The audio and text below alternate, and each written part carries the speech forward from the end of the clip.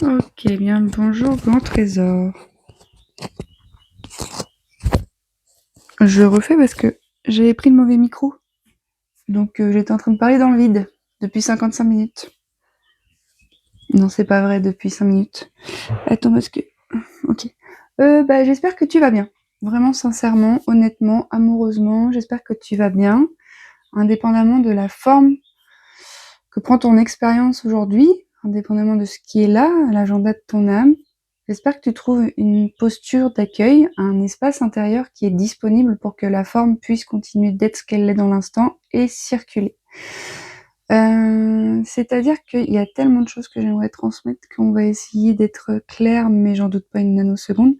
Je vais partir du principe que tu es au courant qu'il y a une conscience qui existe, que tu n'es pas un être humain venu simplement expérimenter la matière, les lois d'une société délétère, mortifère, et une expérience complètement conditionnée par une volonté égotique de vouloir briller, de vouloir réussir, pour vouloir performer, qui met plutôt à mal l'élan organique qui, lui, ne veut juste... non, lui veut juste s'offrir, partager, expérimenter, et dans cet élan organique, il n'est pas question de performer, de mieux, de moins bien, de combattre, de tenir bon, de forcer, de contraindre. Non, non, non. Non, non, il y a au cœur de ce que nous sommes un élan qui nous traverse en permanence, une énergie qui est disponible en permanence, mais on est très peu habitué à se connecter à celle-ci, puis on œuvre plutôt depuis un espace égotique. Mais dans cet élan du cœur, c'est difficile à percevoir pour beaucoup, parce que pour qui n'est pas dans le cœur, c'est difficile à comprendre ce que je vais te dire. Être dans le cœur, c'est être au service d'un plan plus vaste et complètement désintéressé de toute performance ou réussite sur le plan sociétal. Pour autant, ce plan plus vaste prend en compte la réalité de cette dimension et pourvoit à tous tes besoins. Et je sais que ça peut être capillotracté ce que je partage, hein, parce que c'est une façon dont moi je vis et dont plusieurs vivent, qui en fait n'est que la résultante d'une foi incommensurable en cet élan qui est là et qui informe au juste moment de la justesse de l'expérience ou de la direction à prendre. Et ça demande de se connaître, ça demande de se rencontrer, de se reconnaître, ça demande d'assumer ses besoins, ça demande de faire confiance à ce qui est là et de s'en remettre à uniquement son son de cloche, même si c'est inconnu, même si ça fait peur, de continuer à avancer dans cette direction et de garder le cœur grand ouvert. Et dans ces temps où j'ai l'impression que la conscience demande davantage à investir l'espace du cœur, il y a certaines résistances qui persistent au niveau de la tête et qui ne veulent pas lâcher. Et ça crée une grosse dichotomie en interne, et donc ça crée une grosse incohérence dans les actions qu'on propose au monde. Et j'accompagne beaucoup de personnes qui souhaitent certaines choses, mais qui mettent pas en cohérence et en adéquation leurs mouvements avec leurs aspirations profondes. Et c'est normal, parce que quand t'es pas au courant de comment ça se passe, quand t'es identifié à tes peurs, l'énergie vitale, elle est récupérée par le cerveau, et je le rappelle, le cerveau, lui, il n'a pas comme objectif de te détruire. Néanmoins, le cerveau, lui, sa fonction, c'est de te faire survivre. Donc, il a engrammé certaines informations très tôt dans son développement, qui lui permettent d'être au monde et de comprendre, parce qu'il connaît, parce que c'est ce qu'il a vécu, donc il recherche en permanence la sécurité. Donc si, pour ton cerveau, quand tu étais petit, et ça concerne beaucoup, beaucoup d'entre nous, ce que je suis en train de partager, c'est pour ça que je me permets de le dire et de le redire, parce que l'apprentissage se fait dans la répétition, donc on pourrait croire que je dis plus ou moins tout le temps la même chose, et c'est le cas. N'en demeure pas moins que la forme peut changer, mais effectivement, c'est souvent le cas. Je vous invite vraiment à prendre conscience que ce cerveau dans lequel l'énergie circule et qui est dans votre boîte crânienne, ce cerveau, tant que vous ne comprenez pas son fonctionnement et tant que vous ne prenez pas la maîtrise de cette énergie qui vous traverse, alors c'est lui qui drive. Et c'est ok, hein. It's okay. I know someday I'm gonna be with you.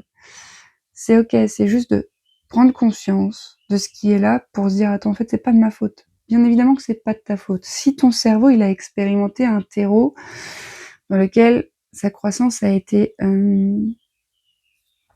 limitée par des tuteurs, par des encadrants, par des parents, par des éleveurs, par les personnes avec qui tu as grandi, qu'importe si c'est tes parents ou pas. S'il n'y a pas eu dans leur comportement une autorisation pour t'en être, à s'expérimenter, à se goûter, à se ressentir, à s'exprimer, à se sentir soutenu, protégé, aimé, vu. S'il y a une absence de tout ça, ton cerveau a juste engrammé que ça faisait partie de la norme. Il n'a pas jugé si c'était bon ou pas, tu vois. Il a expérimenté ça, donc c'est passé dans son champ de connaissances à travers l'expérience directe. Donc il a dit je connais. Je connais cette insécurité. J'appelle insécurité tous ces moments où t'exprimer n'a pas été possible, tous ces moments où te raconter non plus, te ressentir non plus, tous ces moments où on t'a insidieusement humilié, mais va pas croire que t'as besoin d'être lapidé sur la place publique pour ressentir de l'humiliation, hein. C'est beaucoup plus perfide que ça, c'est beaucoup plus perfide que ça. Et on est en train de mettre à jour et en lumière tous ces comportements que beaucoup d'entre nous ont vécu de par des parents toxiques. Alors j'appelle parents toxiques qui ne sont pas en capacité de répondre à tes besoins. Ce n'est pas de leur faute, ils sont eux-mêmes full of toxicité parce qu'ils ont certainement eux aussi été élevés dans un terreau toxique. Encore une fois, je rappelle que toxicité, c'est juste un terreau qui n'est pas prompt à ton épanouissement. Voilà. Un sol dans lequel tu vas mettre du produit chimique, tout ça, devient toxique. Ce n'est pas organique. Les plantes vont avoir à développer des capacités de ouf pour continuer à croître avec cette substance chimique qui vient dans leur champ, qui vient dans leurs racines, qui vient dans leur structure, et devoir s'adapter. Ben nous, on a fait exactement pareil. On s'est adapté à des terreaux infertiles pour nos déploiements originaux, de nos êtres authentiques, et du coup, on a développé des capacités d'adaptation et de survie de ouf, qu'on appelle des mécanismes de survie, mais c'est complètement inconscient, hein. Et comment tu peux reprendre la conscience là-dessus?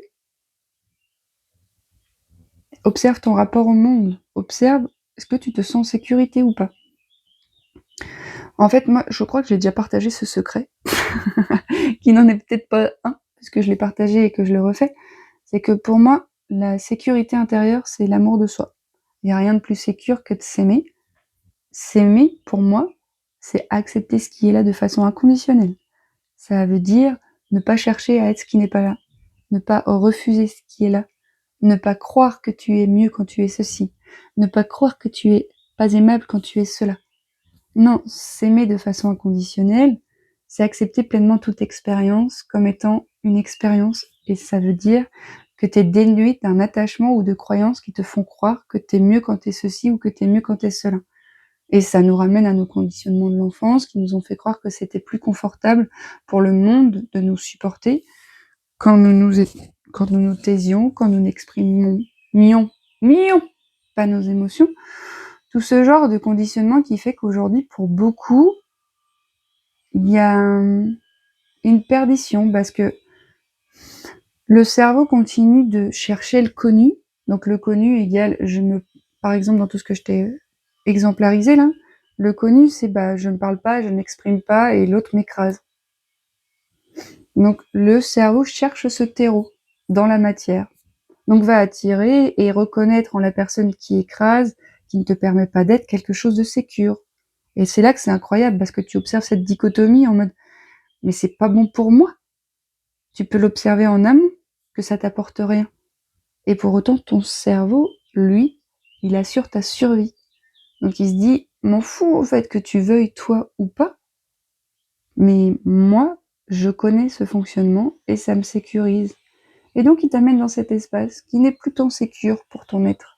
Et c'est là que c'est intéressant, c'est qu'avec le temps qui passe, la sagesse qui s'accroît, les expériences qui s'accumulent, tu peux peut-être commencer à discerner tes fonctionnements, tes mécanismes. Tu peux peut-être commencer à te rencontrer dans ton intégrité, dans ton originalité. Tu peux peut-être ressentir qu'il y a une dissonance entre ce que tu voudrais et ce que tu te proposes. Et c'est là que c'est très intéressant de répondre présent aussi à ces dichotomies, à ces dissonances, pour pouvoir aujourd'hui, avec Le non-jugement que tu seras en capacité d'incarner et l'amour qui pourrait être présent si tu reprenais conscience de tout ça, va récupérer ces espaces en toi. C'est-à-dire réinformer le cerveau clairement en fait. De par l'expérience directe, de proposer autre chose. De par la conscience qu'en fait c'est pas ça que tu veux. De par la confiance qu'autre chose est possible. De par la sécurité en interne qu'en fait tu peux te choisir et te prioriser indépendamment des agissements du cerveau, je le répète, n'est pas contre toi. Et donc c'est comment refaire sa neuroplasticité. Et aujourd'hui c'est incroyable parce que la science quantique, je vérifie parce que bon, on sait jamais. Enfin, je veux dire, il y a des outils qui existent. Moi, j'utilise les méthodes PIT, par exemple, pour reprogrammer le cerveau, pour refusionner les contraires, pour extraire les masses émotionnelles qui ont créé la séparation. Parce qu'effectivement, donc si on prend la base des méthodes PIT, qui est l'équilibre et que de la dualité naisse l'unité, c'est-à-dire que tout est polarisé sur Terre. Le haut existe parce qu'il y a un bas, la gauche parce qu'il y a une droite, l'homme parce qu'il y a la femme, le chaud parce qu'il y a le froid. Et c'est pareil dans tes émotions. La honte parce que la fierté, la joie parce que la tristesse, la peur parce que la confiance. Ces émotions, c'est des pépites. Ça fait partie de qui tu es, vraiment. Et pour beaucoup d'entre nous, ces émotions ont été cachées sous le tapis. Et c'est normal qu'à un moment, ce tapis devienne trop petit. Je vais ouvrir à mon chien, je reviens. Et alors quand ce tapis se soulève, parce que la vie, l'intelligence de vie, recherche l'équilibre en tout temps. Alors viendra un moment où la vie va mettre en lumière tout ce qu'il y a sous ce tapis. Il y a remettre en lumière pour proposer à ta conscience de se déposer dans cet espace-là, dans ta conscience, de ressentir tout ce que ça a laissé comme émotion dans ton dedans. La frustration, l'injustice. Je sais pas si c'est clair ce que je dis. Pour moi, c'est très clair, mais peut-être que pour vous, pas tellement. Moi, j'ai qu'une envie, c'est de vulgariser tout ça pour qu'on arrête de se taper dessus, vraiment. Pour qu'on se rende compte que ce n'est pas de notre faute. Nous ne sommes pas coupables, nous ne sommes pas victimes, sinon un peu de ce qui s'est joué dans l'enfance sur lequel nous n'avions pas la main, mais aujourd'hui on peut... Attends, Popette. Aujourd'hui on peut reprendre la responsabilité de ce qu'on s'offre à vivre. Et alors dès lors que tu t'aperçois qu'il y a une dichotomie et des agissements contraires entre ce que tu veux faire et ce que tu t'offres, si effectivement tu veux un croissant et que tu vas à la boucherie consciemment, bah, y a fort à parier que tu puisses te dire, attends, il y a quelque chose qui est louche dans ce que je fais. Et c'est là que c'est intéressant, effectivement, de venir se rencontrer dans un espace dédié à ça, avec la problématique de, bah, c'est chelou, moi, quand j'ai envie d'un croissant, je vais à la boucherie. Effectivement, c'est chelou. Et d'aller investir, de par ce miroir neutre, qu'est le thérapeute. Alors, il y a beaucoup de dérives dans ces milieux-là, j'en conviens, mais il y a aussi énormément de gens de bien qui œuvrent dans le bon sens et qui n'ont qu'une aspiration, c'est de vous reconnecter à votre essence. Moi, je fais partie de ces gens-là où je dédierais ma vie, je crois, à permettre aux gens, à travers, que ce soit en individuel, en groupe, à travers les partages de textes ou quoi qu'est-ce, que ça résonne en eux pour que ça vienne, ah, merci, j'avais oublié, merci, ça m'a aidé à me souvenir. Voilà, et en même temps, bah moi, ça m'aide beaucoup aussi de faire ça. De toute façon, c'est ce que je suis, c'est ce que je fais dans la forme, mais c'est ce que je suis. C'est pas un problème pour moi, je l'assume pleinement, mais ça résonne pas pour tout le monde et c'est ok. Il n'en demeure pas moins qu'effectivement, il existe des personnes très bien intentionnées, avec une énergie noble, pour se mettre au service de l'éveil des consciences. Et c'est ce qui est demandé. C'est pas une quête égotique de ma part, c'est ma contribution, c'est mon don. Et effectivement, j'observe que la compréhension, c'est magnifique. Hein. Tout ce que je viens de t'expliquer là, c'est pour te déculpabiliser, manière de dire que c'est pas de ta faute. C'est vraiment pas de ta faute. Et je comprends mais non, mais c'est plus fort que moi. Je sais parce que c'est l'inconscient. Donc tant qu'il n'a pas été mis en lumière, il est toujours inconscient et il est plus puissant que toi. Donc le but va être de trouver un espace pour te rencontrer, pour t'interroger, pour poser des mots sur ce qui s'est joué, pour comprendre que la résurgence du présent, quand par exemple tu vas au boulot et que ton collègue t'a pas dit bonjour, en soi c'est neutre, sauf que ça fait 2 jours que tu pleures parce qu'il t'a pas dit bonjour, il y a fort à parier qu'il y a une résurgence traumatique derrière. De «Ah, je suis pas vue, je n'existe pas pour l'autre». Et ça vient pas d'aujourd'hui, ça vient il y a un petit peu plus longtemps que ça. Parce qu'aujourd'hui, si effectivement t'es cet adulte stable, confiant, cohérent, congruent, mais qui te dise pas bonjour ton collègue, mais au pire tu vas lui dire bah Jean-Michel, bah bonjour. Ah oui pardon je t'avais pas vu. Ouais c'est ça fait 3 semaines que tu me vois pas, t'es aveugle ou quoi? C'est neutre. Mais dès lors qu'effectivement il y a une résurgence traumatique, tu vas voir qu'il y a une quantité d'excès, enfin il y a un excès quelque part qui s'active en toi. Et cet excès informe juste d'un réajustement à faire. C'est-à-dire que si personne vient appuyer sur ta blessure, tu ne vas pas forcément te rendre compte de ta blessure. Donc ton collègue là, c'est même pas contre toi qu'il agit de la sorte, hein. Mais par contre, ça te rend possible le fait de te responsabiliser quant à la réaction qui est là pour toi et qui informe de quelque chose de plus profond que juste il m'a pas dit bonjour.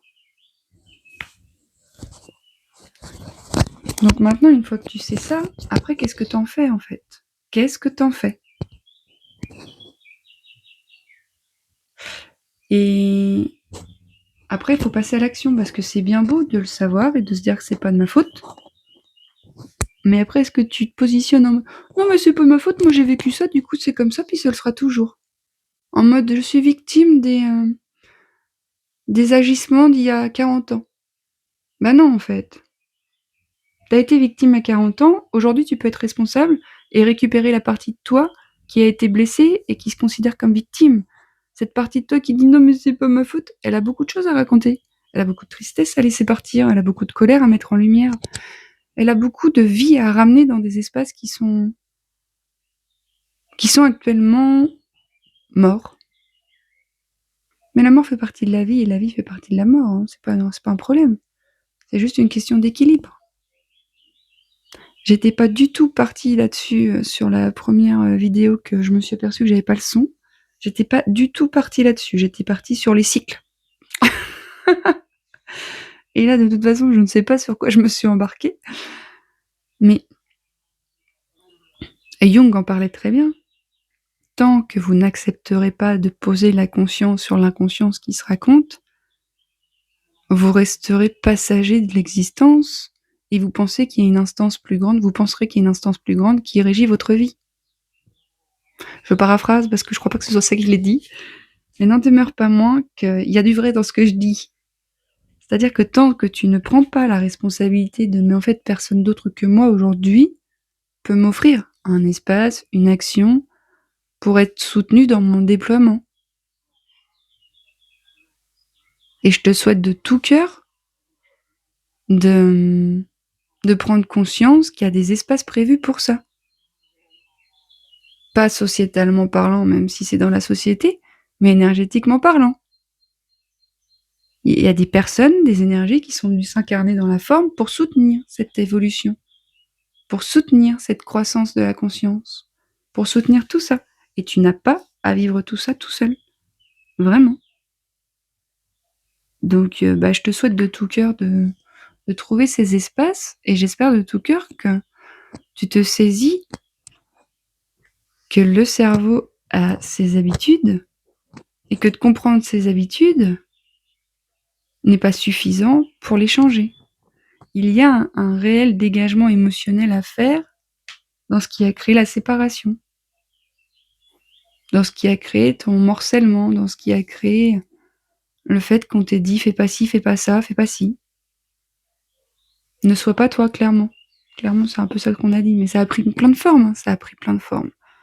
C'était bien plus subtil qu'une grosse claque dans ta face où on te dit dégage.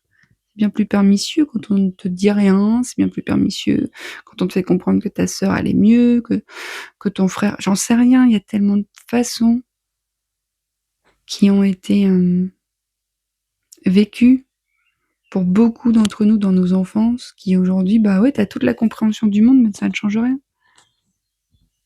Parce que c'est dans la chair qu'il faut laisser s'extraire ça.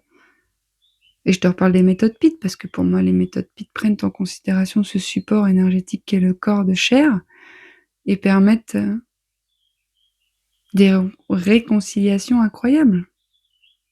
Mais les méthodes PIT ou autre chose, trouve ta forme. Moi, je te parle de cette forme pour la rendre visible, pour que tu saches qu'elle existe et si ça résonne, t'offrir l'espace pour. Ah oui, voilà, grand trésor, je te souhaite de tout cœur de te border.